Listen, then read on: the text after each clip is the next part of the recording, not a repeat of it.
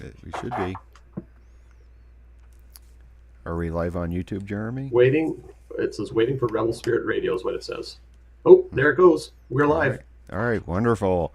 Well, welcome, Stephanie and Jeremy, to this, and everyone else who may be watching, to this special birthday edition of Cocktail Apocalypse. And since it's my birthday today, I decided I would just go ahead and pick the topic, which is the psychedelic revelations. So I thought we would begin kind of talking a little bit maybe about our own personal experiences. So, Stephanie, I know you've done a lot of psychedelics. Can you share? I mean, you're doing them right now, aren't you? Oh, tons and tons of them. Yeah, right. No, not right now. But Yeah. Well, but have you ever? wouldn't you like to know? Yeah. Jeremy, what's your experience with psychedelics? Wait, hold on. Zero? Secondhand, I've had friends who've been doing psychedelics around me, but I've never partaken myself. Why not? I don't know. At the time, didn't feel right. And like one case, I was with 4 friends who were all doing mushrooms, and they wanted to go places, and I thought, I'll just drive. I wasn't sure what the state they'd be in, etc. All right. That's very respectable of you. Yeah. I've been in cars with mushroom drivers, so it's sometimes I wonder that the fact that I'm still alive. So here's to another birthday, right? Yay, happy birthday. So, yeah, so I've done quite a few, I suppose. I've made up for you, Jeremy. Perfect. Lots of psilocybin. I was trying to determine how many times I've done psilocybin, and I can only give a rough estimate. Probably somewhere between 30 and 50 times. Okay. And I've probably taken well over 100 hits of acid. I've only done ecstasy once. I was in London, and I've had 2 ayahuasca retreats. So I guess that I'm the psychedelic elder here in the room. That's right. You win. Yeah, I know, right? So we have a somewhat has had some experience, a ton of experience, and no experience here. Right. So we have the full gamut. Okay. Right, All right. yeah. Well, we're going to have to fix Jeremy's situation because that's just unacceptable. Because there's this revelatory aspect to psychedelics, and there always has been. And I thought that that's what we would talk about today, is this sort of revelatory experience. And, there are a couple places that we could begin. I know that there is this idea of the stoned ape theory, which is that our ancestors, evolutionarily speaking, nibbled on psychedelic mushrooms, and that helped us in our evolutionary journey, and also becoming conscious in the way that we are, that it kind of created this sort of, I guess, feedback loop, created self-consciousness. And I know a lot of people like that theory. I don't know how well evolutionary biologists like that theory. I find it intriguing, and I think it's plausible. I think it's very plausible. But and I don't know necessarily which one comes first, because sometimes when you go back in time, it's kind of difficult to tell. But 2 of the major ones that I can think of in antiquity would be Soma from the Vedic tradition. And the Vedas, I think, were written down, if I remember right, about 2000 BCE. That's kind of what I was thinking too, but I don't remember exactly either. Right. Stephanie, do you remember at all? I would say somewhere around 2000 to 15. Okay. All right. Yeah, and somewhere Ginny Ishimatsu is 15,000. is having a yelling fit, like, you know I know. this. But I think the Vedas, I mean, the Vedas existed as an oral tradition much earlier. And so it's hard to say exactly. But they had Soma, and we don't actually know what Soma is, I don't think. There's still a lot of debate. The one that made the most sense to me is I heard it, or the argument was that it was a combination of three things. That it was a combination of cannabis, of poppies, and ephedra. And each of those have a very different effect. And when I heard, I'm like, if you put the three of them together, yeah, you're going to see things. And you know, I thought very briefly we could. I have a couple of things here. I was trying to be prepared, but just to give a sense of what this was like in the Rig Veda, there are hymns to Soma. There's the ecstasy of Soma.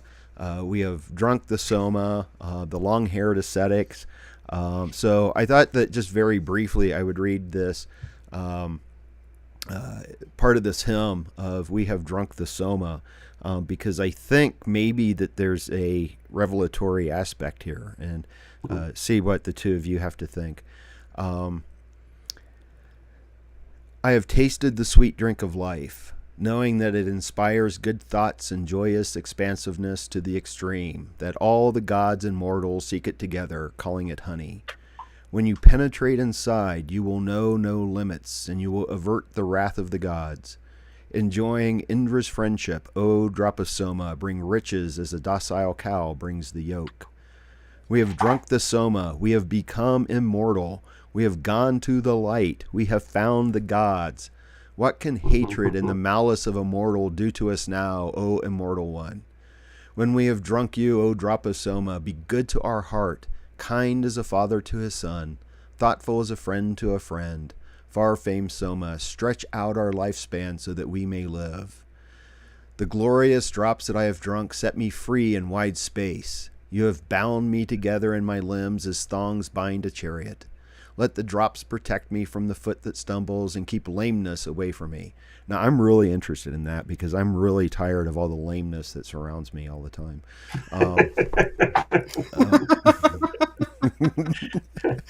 Should I hang up? Is that what you're saying? No, we're not saying that you're lame, Jeremy. You're just inexplicably inexperienced in this. I mean, after hearing that, why wouldn't you like say, yeah, I kind of want to experience that? It sounds great. Yeah. Yeah, my earliest experience I can remember now was somebody I knew that was into all sorts of various mind-altering substances. Was one of the drug dealers in my high school saying to me, "Jeremy, you're so strange. I don't think you should ever do drugs." So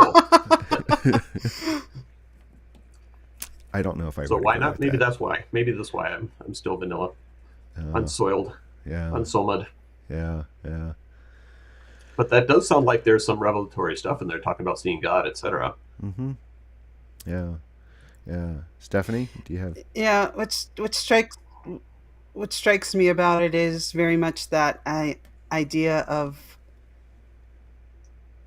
that revelatory aspect of being joined to the gods. You know, you've elevated in this aspect to this realm of divinity. You know, you may not be divine yourself, but they're talking almost as though you are. Right. You have entered this field of divinity through that process. Yeah, and I think that's really kind of crucial because that's going to come up when we talk about the Eleusinian Mysteries here in a little bit, because that's kind of the same thing. It's this idea of being with the gods, but also immortality as well. Yeah. What I find interesting, and I try to do a little bit of research on this, but I couldn't find anything before we began recording today, but the Vedic tradition is connected historically to the Zoroastrian tradition. They have a common origin. And in the Zoroastrian tradition, it's not Soma, but it's Halma. So it's very closely related, linguistically. Right. And my understanding is that Zarathustra, the prophet, wasn't actually fond of people taking Halma. So it seems like it predates the prophet Zarathustra, that it goes back to probably that sort of similar origin of where the Vedic origins. But what I found interesting is that the Zoroastrian tradition, I think, is one of the very first apocalyptic traditions. Yeah. Because they have the final thrash cart, and so much of our understanding and the sort of symbolism that finds its way in Judaism and Christianity really comes out of the Zoroastrian tradition, because the Jews living in exile in Babylon, that was the major tradition in Babylon at the time, if I remember. So I want to see, and I don't know, and if anyone watching this now or in the future has any ideas about the connections between Halma and the apocalypse, I'd love to know. I'm going to continue to do research on that, but it seems like maybe the Halma has something to do with these visions of end of days. So, yeah, there you go. Well, you would think it could easily take you there, because you're getting this more bird's eye view of the world, the God's eye view of the world, of the universe, even, what's going down. You're seeing it all from maybe the end of time, because you're seeing all of it all at once. Right. Yeah, there is maybe a timelessness to the sort of psychedelic experience. I mean, it's connected in many ways to the mystical experience. So there is this sense of timelessness sometimes. Although I have to admit, the bad trip aspect for me is the getting stuck in the time loops. And that's always pretty horrible. I always feel like Cooper in the Red Room from Twin Peaks. I'm just wandering around and I can't get out. And that's apocalyptic as well. So we've got the Vedas were largely inspired, by those who were drinking the Soma, it seems. We have the apocalyptic tradition of Zoroastrianism. And then the other oldest one, and again, this one we don't know exactly how far back in time it goes, is the Eleusinian Mysteries in Greece. And I know, Stephanie, you know a little bit about these, so let's see what we can tease together. I don't want to monopolize things here. So what do you know about, or what can you say about the Eleusinian Mysteries and what was going on? And then I'd like to know what you know, Jeremy. Well, my understanding is that these actually date, they're pre-Greek. They're what is it, the Mycenaean culture before it. So we think that maybe these festivals, these mysteries, went on for about 2,000 years, at least. And that they are around the goddesses Demeter and Persephone, and they talk about the cyclical nature of all things, and it's really a death festival. It kind of goes into the aspect of Demeter losing her daughter, gaining her back, and that cyclical nature of all things. We know a little bit about the how the mysteries were celebrated. Mm. There's a lesser and a greater mystery. The lesser one celebrated in March, the greater one celebrated in the fall, and you had to actually be initiated into the lesser one first before you can go into the greater one.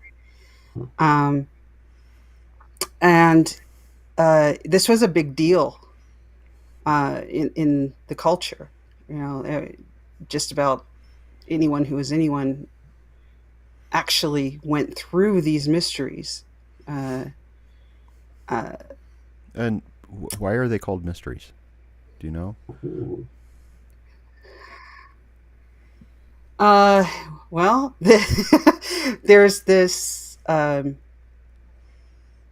there's a secretive nature about it. You have to be initiated into it, and then there's this aspect of something is taken during the ritual in the middle of it, and we don't know what it is. Right. It's very personal. Yeah. Taken, you mean that you're it's imbibing it, Ingesting. right? Yeah. Okay. you are imbibing something Right, during the ritual, Right. and we don't know what it is. Right. That's one of to me, the greatest mystery of this is that for 2,000 years, this went on, Yeah. and no one was allowed to talk about it, Right. And wasn't and it? no I one think. did. Yeah. Well, one person. That to me is the greatest mystery, because human nature, Yeah. being what it is, Yeah. It was punishable by death. you know, and it was punishable by death to talk about it. Yeah. Yeah. But we do have a but, few yeah, we do have- ideas. Yeah. Yeah, we do have one person who, I guess, shared Yeah. the mystery at a dinner party Right. sometime in antiquity. Mm-hmm. Someone shared it, and I guess they got in big trouble for it. But they shared it at a dinner party, and that didn't go over well. Yeah. I don't know the actual outcome of it, but I don't think it went over very well. Yeah. I don't think that they were put to death, but there were severe punishments for it, I think. But we do have a description of a mystery, which I've got a short passage, and we'll get to that in a little bit. The drink that was given is the kykeon. And the kykeon. and that's in the myth when Demeter is searching for Persephone. And I just also want to say very quick about the name Persephone. Since we're talking, since this is Cocktail Apocalypse and we're talking about apocalypse, the name Persephone apparently literally means the bringer of destruction. Yeah. Ooh. Interesting. Yeah. Originally, her name is like Cora. Right.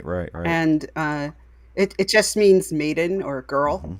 And when she goes to the underworld with Hades, her name becomes Persephone, as she becomes the queen of the underworld. And so once she becomes queen of the underworld, she is the bringer of destruction, the bringer of death. Right. And also, I think what's interesting about the ritual in Eleusis is that the Telesterion was one of the only rituals which took place in the temple. Right. Many of the other all the other rituals in Greece in those areas took place outside. Right. This one takes place in the temple itself, which is, to me, symbolizing that underground, the underworld. Right. You're going in there. You're going through this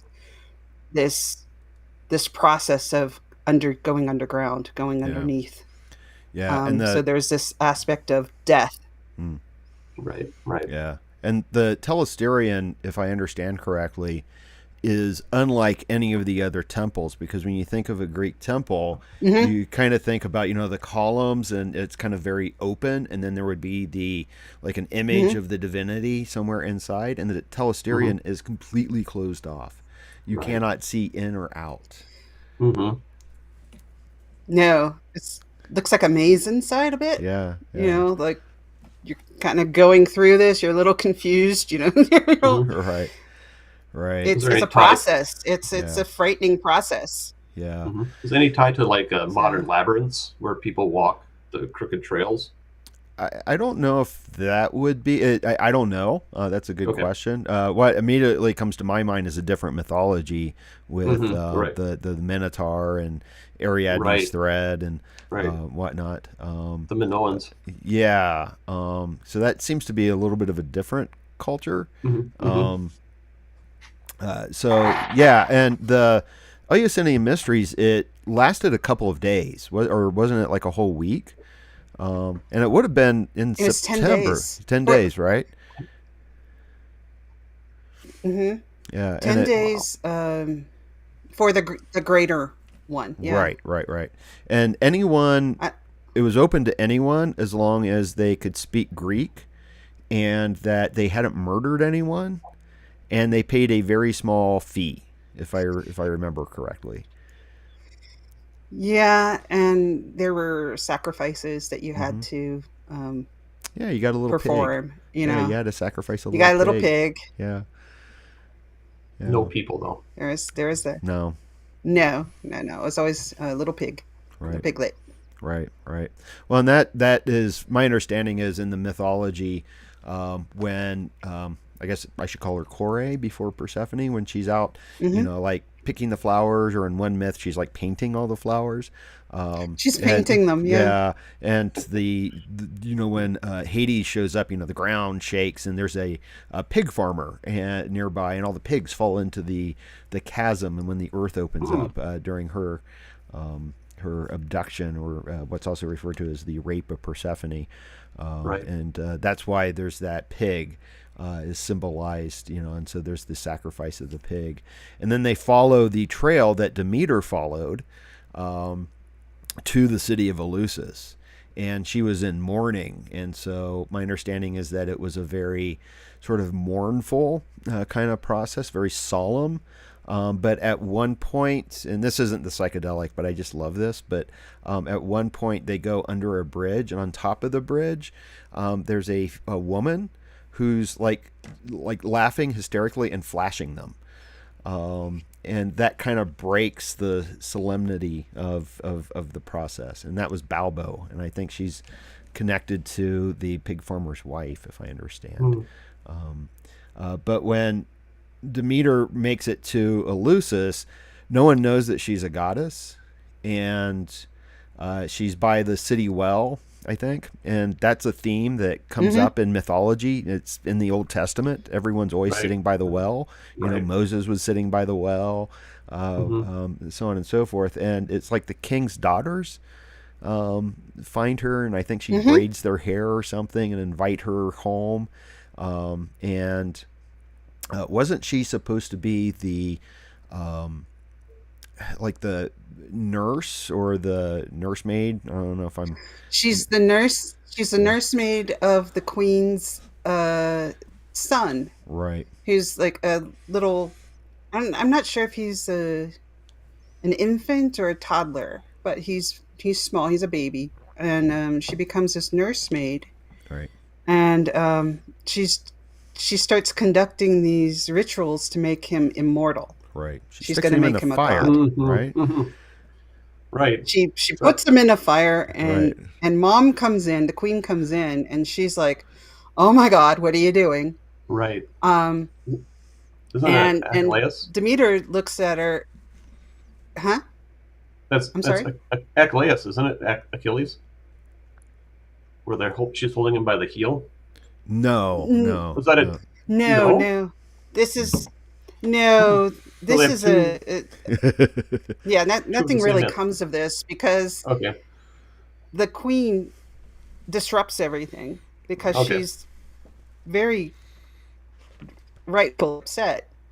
She doesn't know this is a goddess, and Right. she becomes very upset. She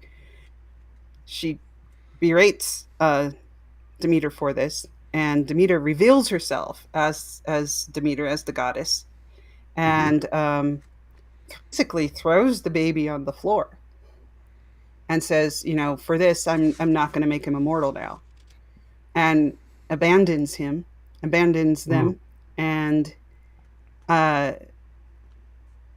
it's she has like no concern for them. She was basically making like a replacement for Persephone. Okay. She chooses a male because a male can't be taken from her, like a female child could. Right. And this is a mournful thing for her to replace her child, and it's a sad little aside, in the story of this, but that's what happens.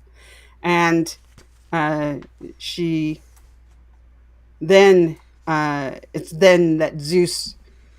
It's actually then that she starts to make the earth go fallow. Make it okay, so that nothing grows, nothing will manifest on earth. It's all dying.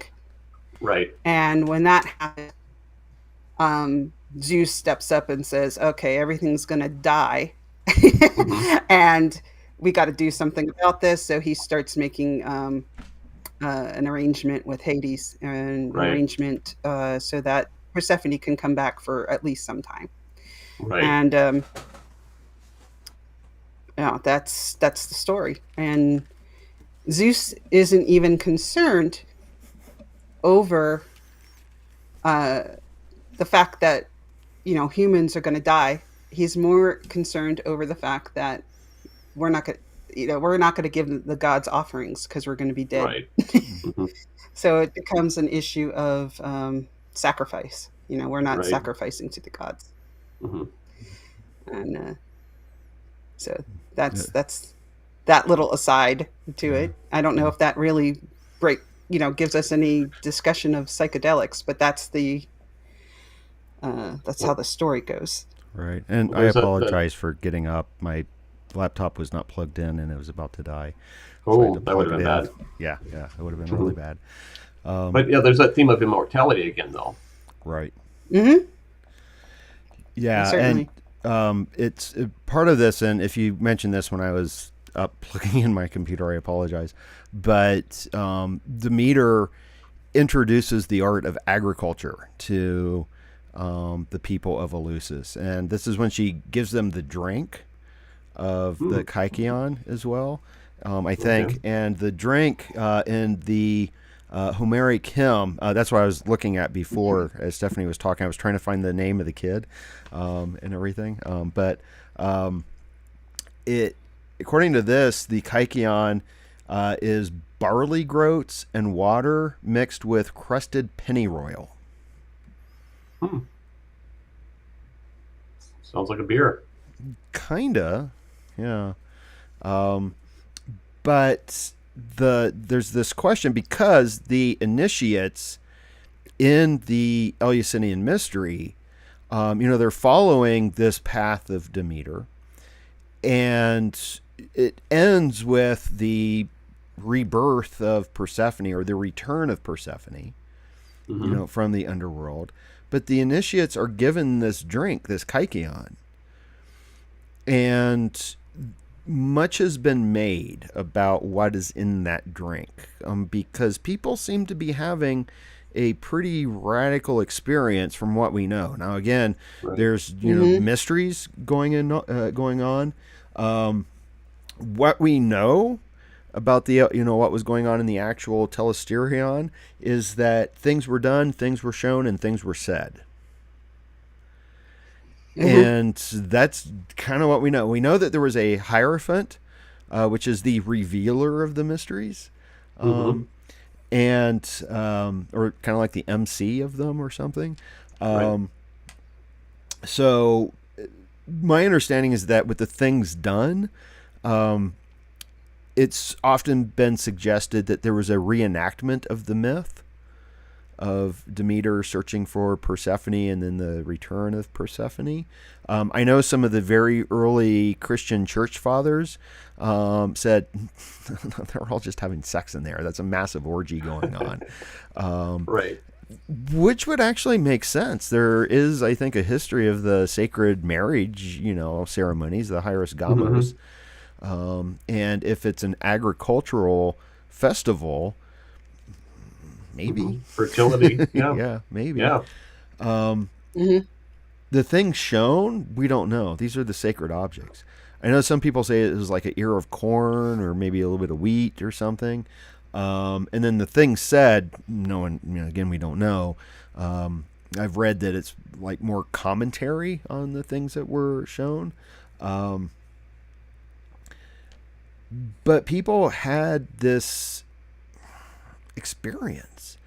And again, since no one talked about it except for that one guy at a dinner party, we don't really know. But Right. there is one hint, I think, and I don't know if I can pronounce the name correctly. Apuleius, in his novel *The Golden Ass*, and what he was writing about was actually the Isis and Osiris mysteries. And if you look at Plutarch, I think it's Plutarch, the Isis and Osiris mysteries sound weirdly familiar to or similar to the the Eleusinian Mysteries. It seems to be almost the identical story in many aspects, with a little bit of differences here. But in the Golden Ass, he does talk about this initiatory experience, and I just wanted to read, this is very brief from that, where he says, "Perhaps, curious reader, you're keen to know what was said and done." So that seems right there to hint at the Eleusinian Mysteries. "I would tell you if it were permitted to tell, but both the ears that heard such things and the tongue that told them would reap a heavy penalty for such rashness. However, I shall not keep you any longer on the cross of your anxiety, distracted as you doubtless are with religious yearning. Hear, therefore, and believe what I say to be the truth. I approached the confines of death. I trod the threshold of Proserpine, and borne through the elements I returned. At midnight I saw the sun shining in all his glory. I approached the gods below and the gods above, and I stood beside them, and I worshipped them. Behold, I have told my experience, and yet what you hear can mean nothing to you. I shall therefore keep to the facts which can be declared to the profane without offense." And it seems like a couple of things is that the initiates had that experience of kind of being taken to death. I don't know if I can pronounce his name correctly. Brian Mirascu wrote the book The Immortality Key. He talks about dying before dying. That was one of the things that was going on. But also this idea of seeing the sun, the bright light at midnight, and that right there seems revelatory, and it is apocalyptic in the sense of out of darkness. Right. Yeah, that going under aspect, that dying to self, that death we experience of ego, that death we experience of, so that when you die, you don't really die. Also, how do I want to put this? The cyclical nature of our lives, that aspect of the life cycle of, to me, this might actually also give rise to the idea of reincarnation within the Greek culture, within the Mycenaean culture before it, that was there, that was rooted. Yeah. We don't really talk about it a lot, that it was part of the Greek understanding of life, but I think it was. And I think this is the Eleusinian Mysteries give sort of a understanding of that there's nothing really to fear. I mean, of when you went through the mysteries, you walked out and you were not afraid of death. Right. Death was not a concern. Right. There's also talk that you would have a better rebirth. You would be in a better place. But I think this also gives this idea of death was not the concern it once was, because you have already died. You've already been through the process once. Yeah. Yeah. So what in the world was in that drink? What was in that kaikion? Yeah. Right. Right. Let's talk about some of the theories here. So probably the best known one was from the book Road to Eleusis. I think this is one of the first attempts to really kind of explain what's going on. And Road to Eleusis was written by Albert Hoffman, who is the person who created LSD, synthesized LSD. Gordon Wasson, who is the person who introduced psilocybin to the West in many ways, and Carl Ruck, who was a classicist. And what they argued is that the primary element would have been ergot, or ergot. And ergot's a little bit of a fungus. It's a fungus that gets on grain, in particular rye, I think. And Right. yeah, and what's interesting is that LSD is derived from ergot.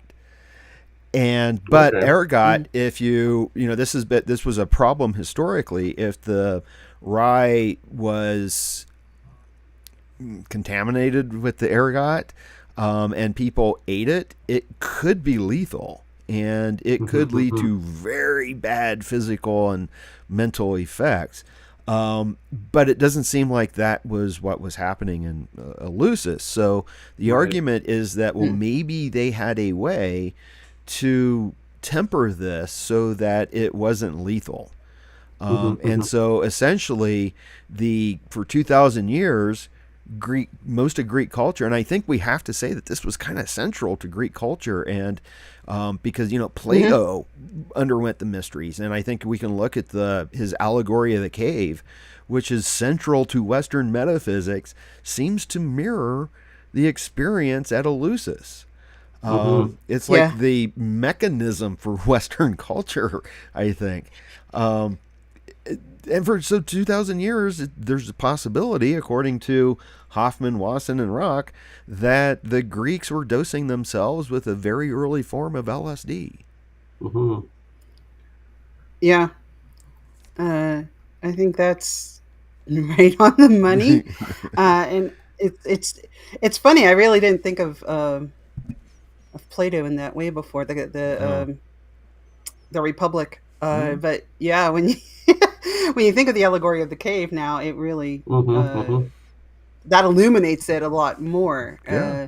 Right. I don't see how you could separate it. Yeah. Go. I was just like, whoa, yeah.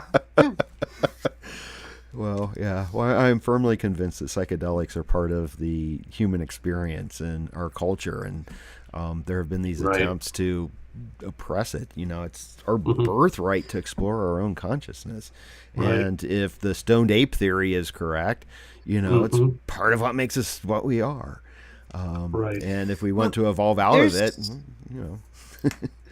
there's a lot of evidence, I think, that even if we don't look at the stoned ape theory, which I think has a lot of credibility, but if we look at the ancient world, that psychedelics, in terms of mushrooms and other forms of DMT that were cultivated at the time, were definitely part of the ancient world. They were an important part of the ancient world. I mean, there would have been no symposium if we didn't have, drugs. Yeah. Yeah. I'm thinking of Charlie Sheen in Ferris Bueller. Yeah, Oh, yeah. drugs. It's drugs, man. Um, but yeah, I'm thinking of Peter Kingsley's book in the Dark Yeah. Places of Wisdom, which really goes on about the Parmenides and that aspect of what place was it? Do you remember where they were? Elia, maybe. The cave. Yeah, I Was want it to say. Elia? Yeah, I Yeah. think Yeah, so. yeah, yeah. Yeah. It was Elia. And that the cave where they would go, and people would go to basically go under to rest for months at a time. And people would be there to take care of them, to basically give them whatever they needed to survive, and they would just sort of go into these trance states. And when they would emerge from those trance states, these people would be the people who would basically be the those who made the rules, those who made the the laws of the land. And they did so through these long periods of just silence and what they call this incubation period. Yeah. Right. And they would just emerge with thoughts and ideas and how the world should be run. And they would talk about this initiation period where they would meet the goddess. And they never said who the goddess was because you didn't say her name. Right. And that was always the goddess of the underworld. Right. That's again a direct reference to Persephone. Yeah. So Right. Yeah. Right. Well, yeah, and it's interesting that philosophically, I mean, I kind of want to do a whole course on kind of how philosophy was. Because I think philosophy lost its way. I mean, because I know that when I was introduced to the pre-Socratics and Parmenides in particular, it was, Parmenides just, taught that there was, change is an illusion, there's just being. And I'm like, okay, well, that's awesome. But they never really went in depth in the poetry that we have, his description of his experience and speaking to the goddess. Right. And looking at it, because when you read it, it's clearly kind of shamanic. It's initiatory. Yes. And it's like, if you want to spend your career looking at one paragraph and want to, cons prolegomena to whatever, and, get a tenure track position on that, fine, you do that. But that's dead. Philosophy should be this living thing, So I want to bring the mystery back to philosophy if I can. Right. So let's work on that, okay? Let's bring the mystery back to philosophy.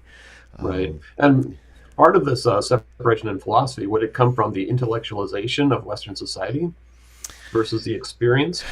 Yeah, that's a good question. And we could do a whole episode. I don't know that would be appropriate for Cocktail Apocalypse, but it's the distinction between it's always expressed as the Apollonian versus the Dionysian, right, with that wild ecstatic aspect versus the rational aspect. Read some Nietzsche on that one. And But it also comes back to this whole idea of taking psychoactives, which are going to touch you into a different place. Right. And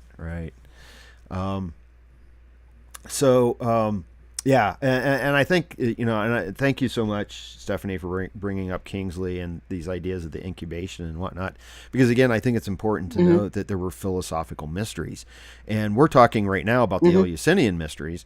There were other mysteries, there were the Isis and Osiris, there were the Orphic mysteries, there were the Dionysian mysteries, the mysteries of, I always mispronounce her name, Cybele and Attis, the Mithraic Mysteries. So there were a lot of them. And this is where I'm going to plug. I know that we only have a couple people watching, but maybe more people will watch later. I am developing a course on the mysteries, and I will launch that in January. So if people want to keep on top of that, they can go to the rebelspiritradio.com website and sign up for my newsletter, and I will keep them up to date on that. It's part of my goal to bring the mystery back to philosophy. But to reveal the mysteries. Yeah.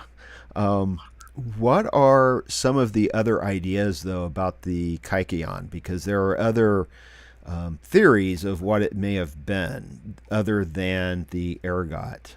So I know you know a couple of them, Stephanie. What are some of the other ones that come to mind? I know Terence McKenna had an idea that it was, and I don't think it's exclusive to him. I think he was picking up from a couple of other people as well, that if you put the first letter, the Greek first letter, so whatever you told the list of ingredients, so whatever it was, it would have been the Greek first letter, not the English one. Right. If you put the first letter together of each of the ingredients, you would have gotten the word mushroom. And so he thought that perhaps it could have been, taking the mushroom, psilocybin mushroom of some sort, so that could have been a possibility of it. I don't know of any others. Okay. Other than a drink or the mushroom. Okay. Yeah. So the other one that I'm familiar with is poppies. So it would be the opium, right? I know that Thomas Hatsis, who likes to, he describes himself as a psychedelic historian. And I apologize to Thomas. I forget the title of his book right now, where he looks at the mysteries. But there is evidence. There's actually art evidence of Persephone, maybe even Demeter, being associated with poppies. So there's a possibility. There's that evidence. There's also some physical evidence of ergot, though, that has recently been found. So it's still a mystery, of what was in that drink. But I think we can be fairly confident in saying that it was psychoactive, that there was a psychedelic experience going on. And the other one, and Stephanie, you had mentioned this before, was that there are plants in Greece and Mycenae that have DMT in them.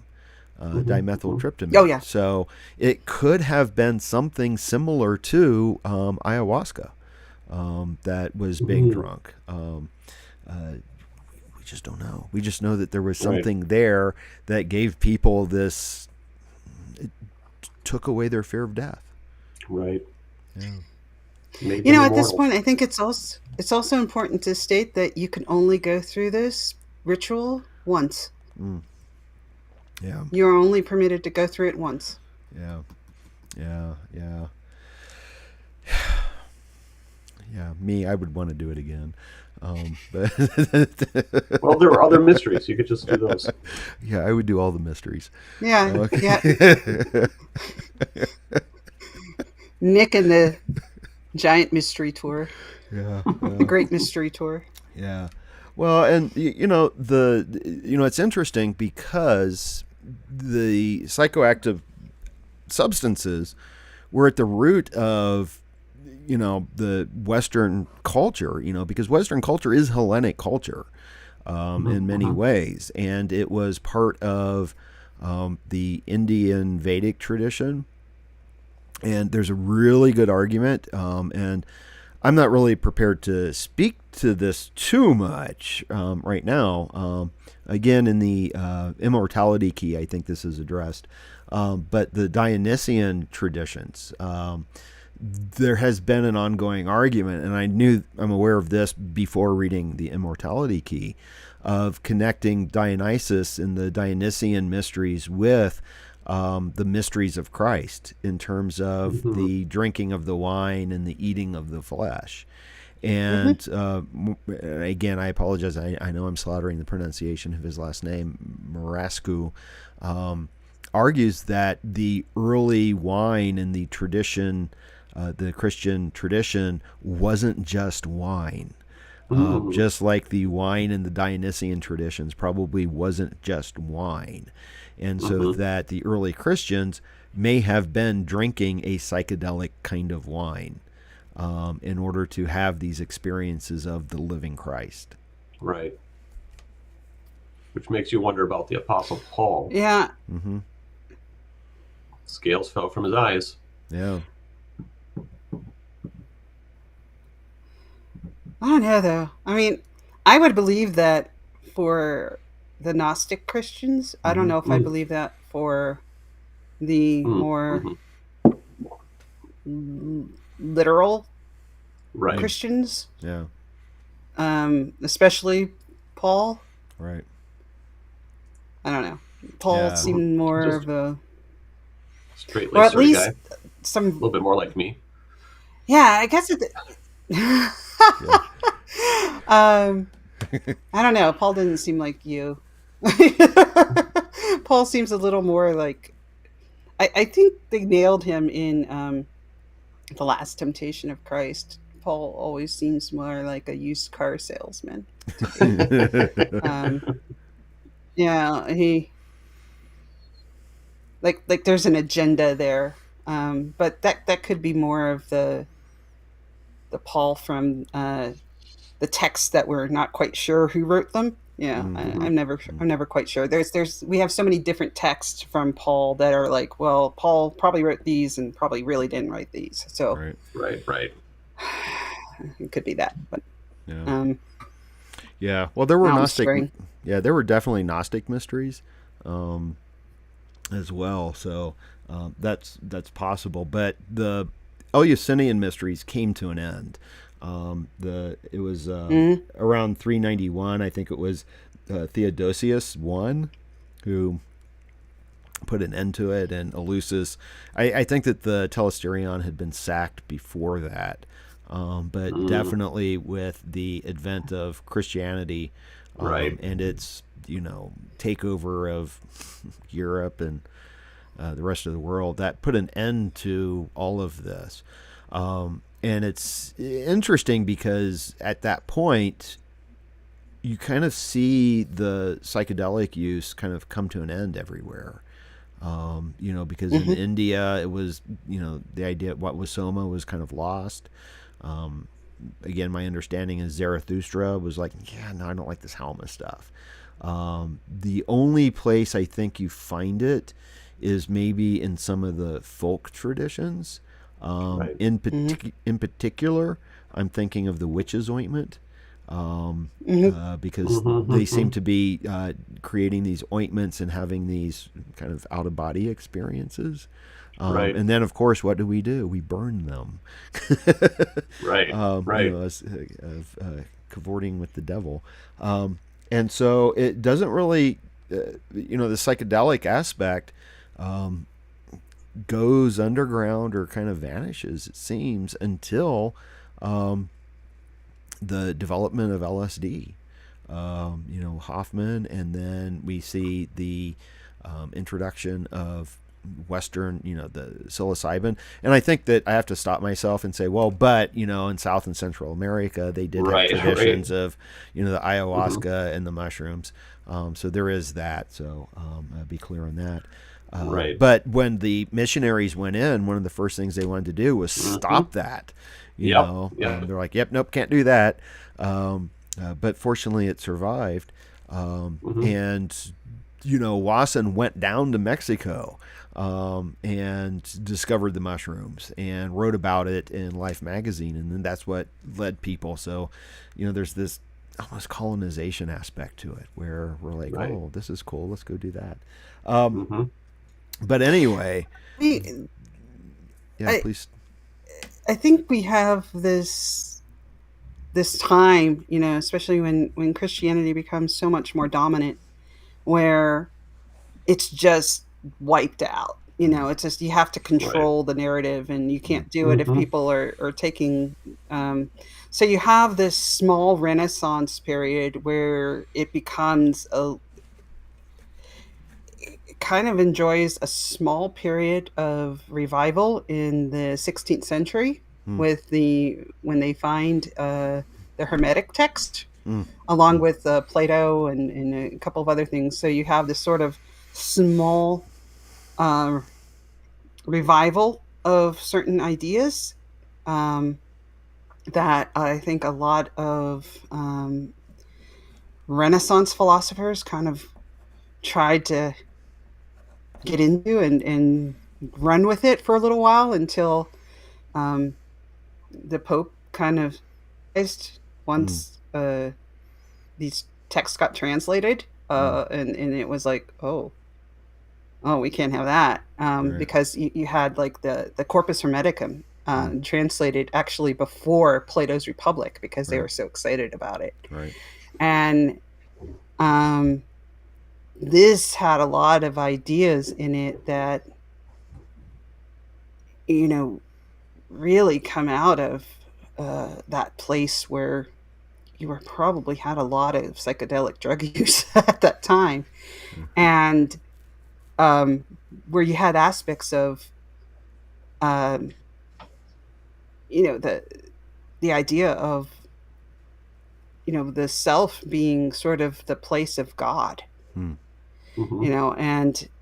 and I think really this got smashed down again, because it was like, oh no, we can't have that. And then it wasn't until the 20th century where you have this revival of psychedelics in a large Mm-hmm. sense. I mean, you always Mm. had pockets of it here and there, and you always would. You can't just completely get rid of it because you're going to have it naturally popping up on all different places. Mm. South America, Asia, in parts of Europe, in parts of the in North America, you always had these little pockets of it. But as a large revival where everyone was like, "Hey, this is really great stuff," I Mm. think that really happened in the mid 20th century onward, and now I think we're seeing a much bigger revival of it. Yeah. Right. Today it's like people doing retreats in Mm. mass. Mm. Mm-hmm. Yeah. It's out there. It's out Right. there as a big thing. Right. Right. Well, yeah, and it's being referred to as the psychedelic renaissance. But before kind of moving on, because I know we want to get to McKenna here and the transcendental object at the end of time, but I wanted to say that I'm really glad that you brought up the Hermeticism, because I think connected to that would be alchemy and the alchemical Mm-hmm. tradition. Hmm. And when you look at the imagery of the alchemists, I mean, the word that comes to mind is psychedelic. These people are the imagery is so weird and bizarre, and it's difficult. It's a mystery itself. I kind of want to say that there were alchemical mysteries, um, and Hmm. I don't know. They were playing around with substances. I don't know if they Mm-hmm. were playing Right. around with any psychedelic substances, but they were doing something. Mm-hmm. That's for sure. Right. Yeah. What about the Philosopher's Stone? Didn't it provide immortality as well? Or is that Mm, a misconception on my part? I don't know if it conferred kind of, Okay. in a sense, probably in the same way that the mystery traditions Yeah, Yeah. Okay. thought about in exactly immortality. the same way of Yeah, yeah. Because I mean, uh, that's the point of the Ouroboros, is that, yeah, you can get the philosopher's stone, but then you go through the process again. It's kind of a Mm-hmm. never ending process. You keep going and going and going. Yeah, Stephanie, you wanted to say something? no, it was similar to that. I mean, the the Emerald Tablet, Mm. I believe, it's what led all the 16th century. I can't remember which pope it was who really wanted that translated Mm. when they found the Corpus Hermeticum, because he wanted it translated before they translated Plato, Right. because the Emerald Tablet was that alchemical um, symbolism. They didn't know before where that was, if it was real, if they didn't have the tablet, they didn't know if it was like this real emerald that contained this alchemical formula for immortality. Um, but they knew these texts existed. Um, and that's why they wanted it translated. They thought it would lead to something like that sort of immortality, which is why they wanted it translated. But it was in the exact same way that these ancient rituals led to it. Yeah. You know, but they didn't understand that. You know, I think there was this massive misunderstanding of what the alchemical texts meant. They were always looking for like the reality of it, like if you're looking for the Grail, right? And this was like the Grail. If you're looking for that, there's always this idea that it's going to lead to immortality, and what it leads to is more of this alchemical understanding of immortality, which is exactly what the Eleusinian Mysteries were, but not in a physical sense of life, you know, immortality. I don't know if I'm making sense. I hope that made sense. Yeah. I think that one, I don't know if this is who you were thinking of, and I don't know if they were the ones if this was the person who translated the Emerald Tablet, but the Hermetica in particular, I think it was Marcello Ficino, who was asked to translate. First, it was the works of Plato, and he was sponsored by Cosimo Medici. From the big Medici family in Florence. Yes. And then when they discovered the Hermetic text, Medici's like, stop what you're doing, because he was older. He was pretty old, and he knew that his days were numbered, and so he wanted to read the Hermeticum before Plato, because that was more important to him. But I don't know if Ficino is the one who translated the Emerald Tablet or not. He may have been. I don't know. And I think that this is going to tie into what Terence McKenna is going to say, the Hermetic idea of as above, so below. Because there is this connection again, and this goes back to Eleusis as well, that when you have that experience, this experience of divinity, you become divine in a way. And you have this experience of the immortality of the gods, and then you become immortal. So I think that's kind of exactly what you were trying to, that's my interpretation of what you were trying to say, Stephanie. And I think it's right on, and I think it makes sense. Yeah, and with the Corpus Hermeticum, why that was so important was they had the Emerald Tablet, but they did not have the original text. Right. And that was the original text. So that was actually the credibility for the Emerald Tablet, and which they thought was going to be much, much, much older. And it turned out it was not as old as they thought it was. Right. It was about around 200 to 300 EE, I think. And they thought it was going to be much, much older. They thought it was going to be more in the Egyptian period rather than the Greek. But yeah. Well, but yet some of the ideas probably do go back to ancient Egypt, is my understanding. So, because I know for a while there it was like, oh yeah, surprise, these are all from 200 of the Common Era. They don't go all the way back.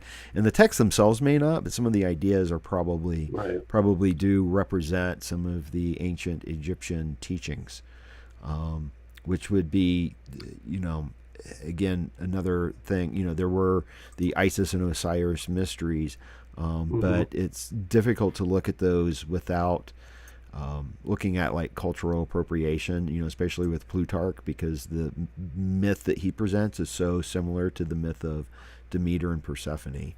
So it'd be interesting to try to go back to the original, because even alchemy relates to the name of Egypt, Kemet, right? That's where it comes Mm-hmm. from. Mm-hmm. So, um, Okay. Can I can I for one moment read a part of the Corpus yeah, Hermeticum? yeah, please, please, please, please. Okay. This is what came out of it. If then you do not make yourself equal to God, you cannot Mm, apprehend God, for like is known by like. mm, Leap clear, what is it? Leap clear of all that is corporeal, and make yourself grown like all expanse with that greatness which is beyond all measure. Rise above all time and become eternal. Then you will apprehend God. Think that you too uh, think like for you too nothing is impossible. Deem that you too are immortal, that you are able to grasp all things in your thought, to know every craft and science, and that your home in the haunts of every living creature. Make yourself higher than all heights and lower than all depths. Bring together yourself all opposites of quality, heat and cold, dryness and fluidity. Think that you are everywhere all at once, on land, at sea, in heaven. Think that you are not yet begotten. Think that you are in the womb. Think that you are young. Think that you are old. That you have died. That you are in the world beyond the grave. Grasp that your thoughts. Grasp in your thoughts all at once, all times and places, all substances and qualities and magnitudes together, that you can apprehend God. Because if you shut up your soul in your body and abase yourself and say, I know nothing, I can do nothing, I am afraid of earth and sea, I cannot mount to heaven, I know not what I was, nor what I shall be, then what have you to do with God? mm. And that is one of the reasons why it got banned. Yeah. Damn it. Um, Yep. I am so glad that you read that, though, because I think that's going to tie into directly to Terence McKenna and his notion of the transcendental object at the end of time. And so Hmm. let's talk about McKenna here a little bit. With that, we maybe at some point devote a whole thing to the transcendental object at the end of time. Um, I don't know, but what the heck is the transcendental object at the end of time? Um, my understanding is Terence McKenna was I think an ethnobotanist and became best known for his love of psilocybin mushrooms, and also I think he is one of the people that was really responsible for introducing ayahuasca to the West, or starting to talk Mm-hmm. about Okay. ayahuasca and DMT, dimethyltryptamine. Um, and so he had this experience with the psilocybin mushroom where it was speaking to him. And McKenna would do what is sometimes referred to as the McKenna dose. It's also referred to as the heroic dose, which is 5 grams of dried psilocybin. And when you do that, you have what he would refer to as the self-transforming machine elves kind of leaping out of your dresser drawers, and then the mushroom talks to you. And he and the mushroom had this conversation, and it started with the I Ching, weirdly enough, and this idea that the I Ching, I think it's called the King Wen sequence, that it is in fact a sequence.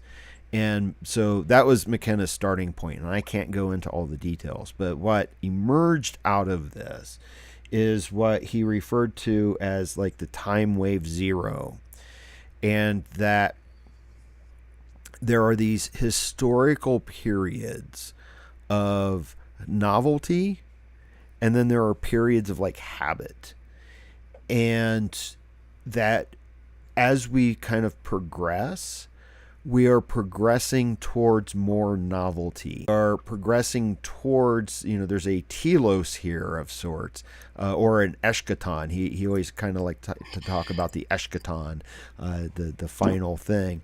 But we would and he would also use the language of the singularity, that we were going to Mm-hmm. hit this period of time where even the language there is kind of difficult to use, because time kind of changes then, or stops or something. But it's this period of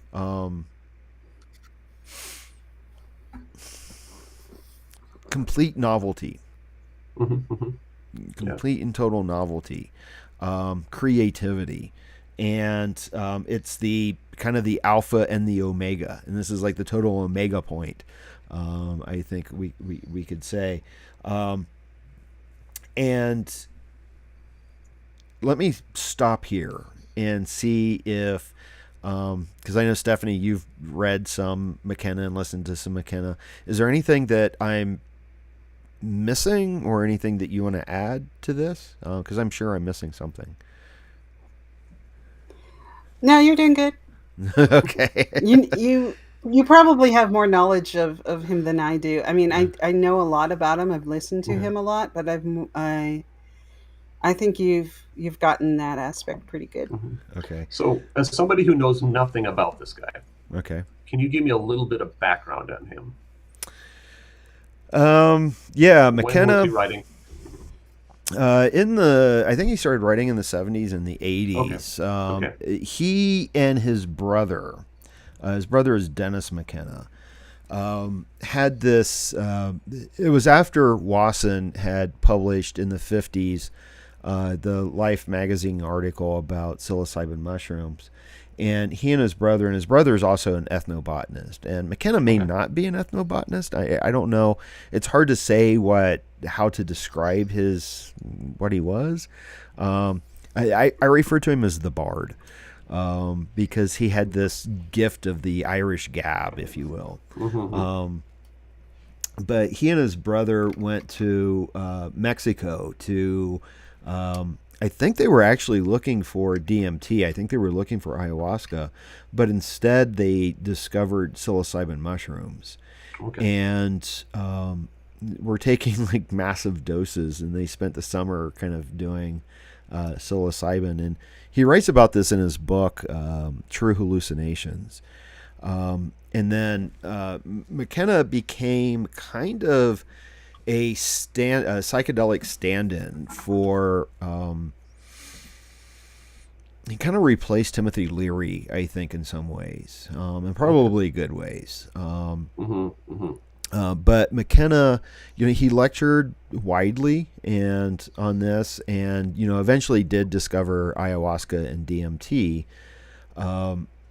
And one of the book that I first learned about McKenna was the Archaic Revival, because I think that what McKenna was arguing in many ways and proposing was that the psychedelic experiences, and he kind of couched them also, or connected them with shamanic experiences, that these were the primary experiences of humanity, and that he was calling for, or maybe saying it was happening, this archaic revival where the shamanic was re-emerging and the psychedelic was re-emerging.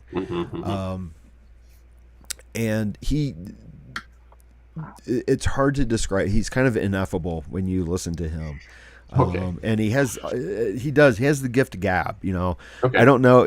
I know his background was Irish. I don't know if he ever went to Ireland. But if he did, that guy was like French kissing the Blarney Stone or something, just because how eloquent he was and was able to speak these things. But he did have this idea, like I said, that the mushroom spoke to him about the I Ching, and he actually created a computer program where he would map periods of novelty in human history. There's a similar idea, I think. I know that Robert Anton Wilson would talk about this sometimes. He would call it, I know at one point he called it the jumping Jesus phenomena, where he's like, okay, well, if you take, like year zero and go up 1,000 years and look at the technology and the technological advances, there wasn't all that much. But if you then look at 1000 to 1500, it's like everything from that first 1,000 years doubled up in speed, right? Mm-hmm. And then if you take, 1500 to, was it 1725, you get the birth of the Industrial Revolution. And so the technology has advanced even more. And then you kind of keep doing that, and you get to this point that people refer to as the singularity. Yes. Right? Okay. Which is kind of apocalyptic. We should have a whole episode on the singularity, I think. And I think McKenna was talking about something similar in the sense of this transcendental object at the end of time. Right. And he struggled a little bit, or he said different things at different times about this.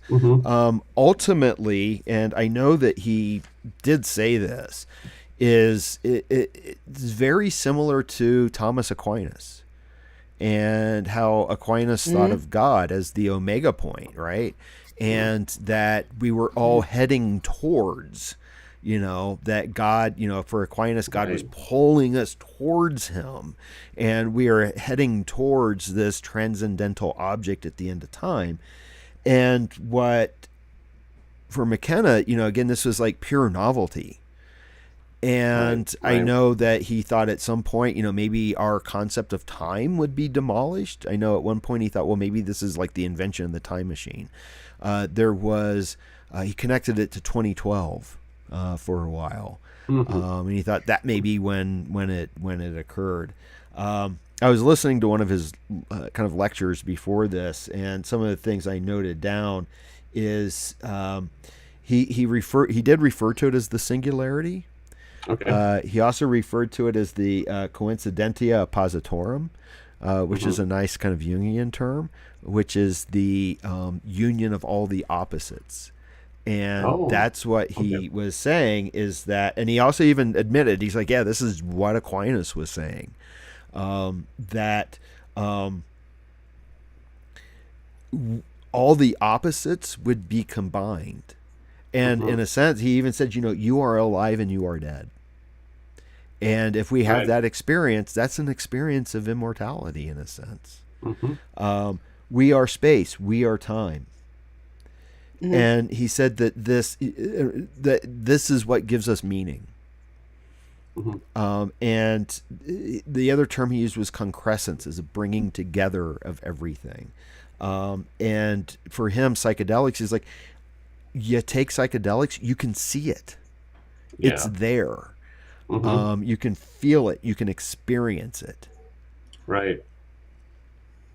And suddenly we are gods. And his experience of it, when he describes it, is wild. It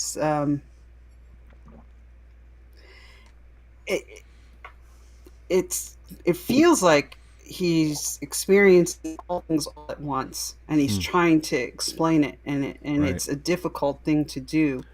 But like, he's experiencing language in a visual context. He's experiencing there is no time. You're at this point where everything happens simultaneously. You can see words, you can see color, you could obviously see colors, but I mean, you could feel them. You can interact with all aspects of everything in a way that you can't do in three-dimensional space. It's impossible to comprehend, but you can somehow experience it there. And it sounds incredible. So this object at the end of time is novelty in human experience, rather than, normally when I think of the singularity, it's more of a technological computer takeover sort of thing. But it's interesting that we're also tying this up with consciousness, and all these other things are all coming together in one spot. Yes, that would be correct.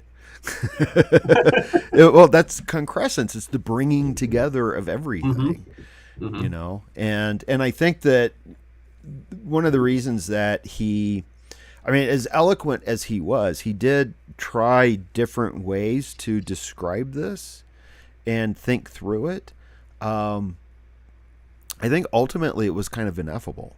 And this is Mm-hmm. something that the mystics are always having to struggle with is the Right. how do Right. you explain the ineffable? How do you put the ineffable into words when the ineffable by definition cannot be explained? Right.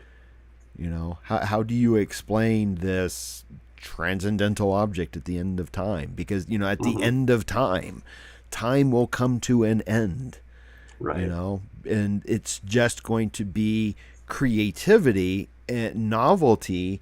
And he was, you know, it's us as well. And it goes back Right. to that hermetic ideal of as above, so below.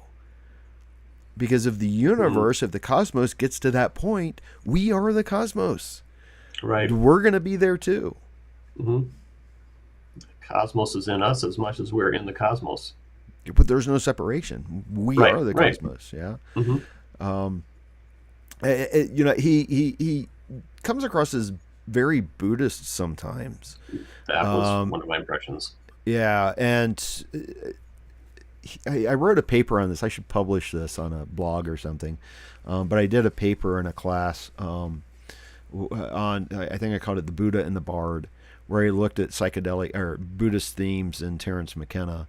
And one of the things he would say often, he's like, you know, yeah, everything just changes. Where, you know, everything is in a constant flux of change. Mm-hmm. And that's totally Buddhist. But he was also teaching this idea of the felt presence of immediate experience. Because all we can know is that felt, that immediate experience right now, Right. you know, and that's entirely Buddhist. It's, Mm-hmm. you know, and I don't know that we'll have to do some research on this. This could be an interesting episode, you know, Buddhist apocalypse. Um, we'll have to ask Jenny You Ishimatsu know, about that. the I you know, one of the things I'm bringing back to the Eleusis Mysteries is Alice Walker. The more things change, the more they stay the same. Mm, Idea of uh, I'm I'm feeling more the cyclical nature of all things. mm, You know that the life, death, and rebirth that keeps going. Um, we find in the Eleusinian Mysteries of it's all going to come around again. You yeah. know, you don't have to worry about this. Mm, Mm-hmm. Whatever happens, you don't die. You die, but Right. you don't die. mm, You know, it's like there's this life, death, and rebirth. It's just constantly in flow. mm, You know, whatever happens at the end, the transcendental object at the end, yeah. you're constantly doing this thing Mm, that's going to take you to that place, and don't worry about it. yeah. It's okay. Well, and There's that, nothing to worry about, and that seems to be what they end up with. In they're not afraid of what's coming right, in the end. That's the whole point of the mystery, right? right. You're not afraid, and I think we're building this all up, and it's just maybe we should. It's an exciting thing, but I think in the end, it's that cyclical idea. It's like I read in Demetria George in her book. I can't think of the name of the book though. It's about the moon cycles. Oh, Mysteries of the Dark Um, Moon. Mysteries of the Dark Moon. Yeah. Yeah, and it has that aspect of the incubation aspect of the Mm, dark moon, right? mm, What we do, what the dark moon brings to us in that rest period, and also that scary period, right, where you kind of have to wrestle with the darkness and Mm-hmm. what it brings to us.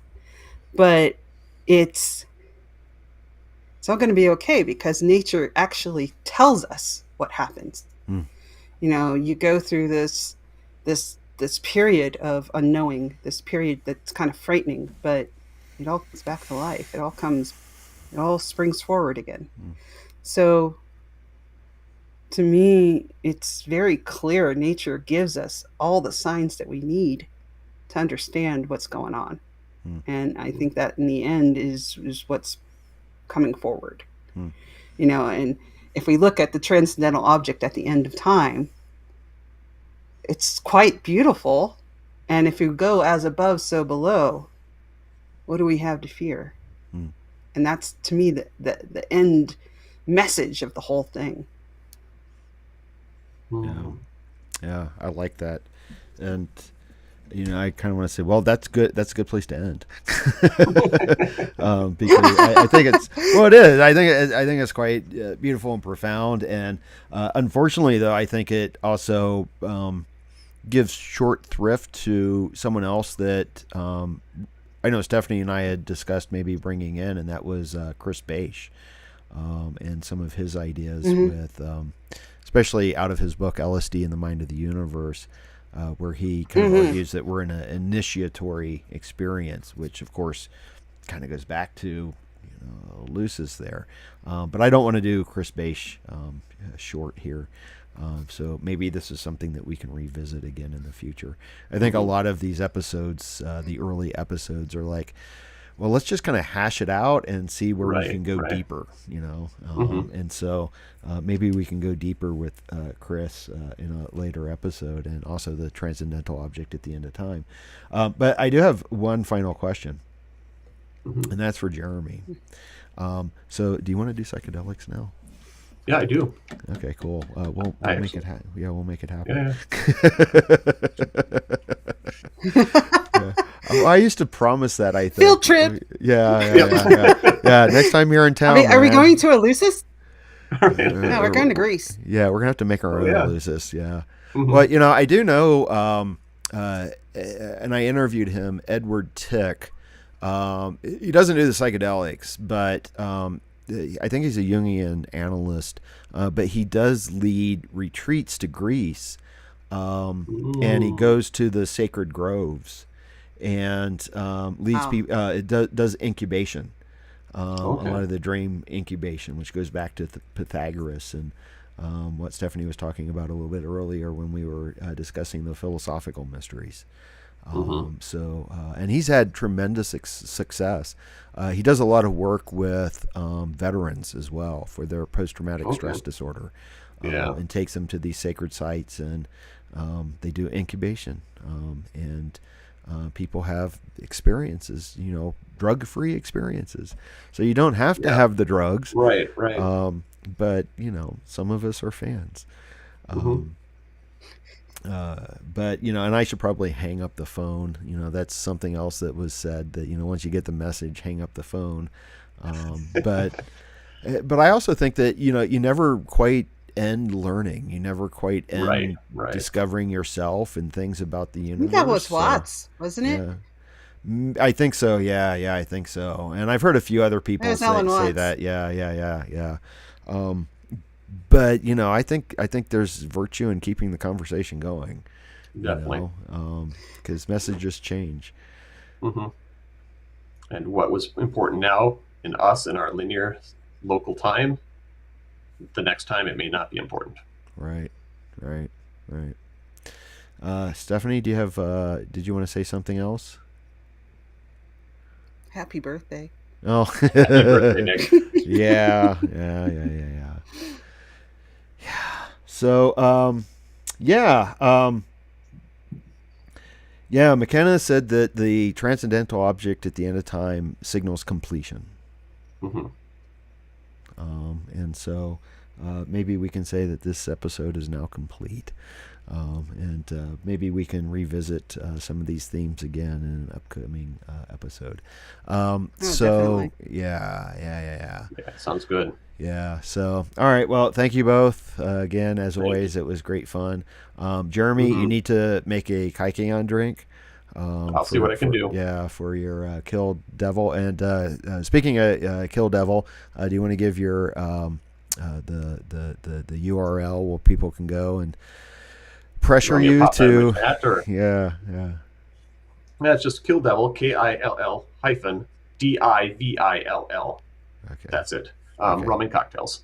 Okay. Perfect. And I can pop that in the chat too, or the comments down below. Yeah. Stephanie, I know you had a blog for a while and it changed. It had been Awakening the Witch, but I think you changed it to April Fool or something like that. I haven't updated it in a while. I don't remember what it is. Yeah, it is. It is. In fact, thank you for putting me on the spot. Yeah, of course. That's what I'm good at. Yeah, it is the aprilfool.com, and it's hyphen between the April Fool, two hyphens there. All right. Yeah, I'm putting the pressure on you because you have to start keeping that up to date. People can go to. Get rid of my daytime job. I will. Yeah. No excuses. People can also, of course, go to. So support us on Patreon. Yes, please. People can support us on Patreon. I'll put a link to that in the show notes. You can also make a one-time donation via PayPal. And please go to rebelspiritradio.com and sign up for the newsletter. And I will keep that updated with some upcoming classes.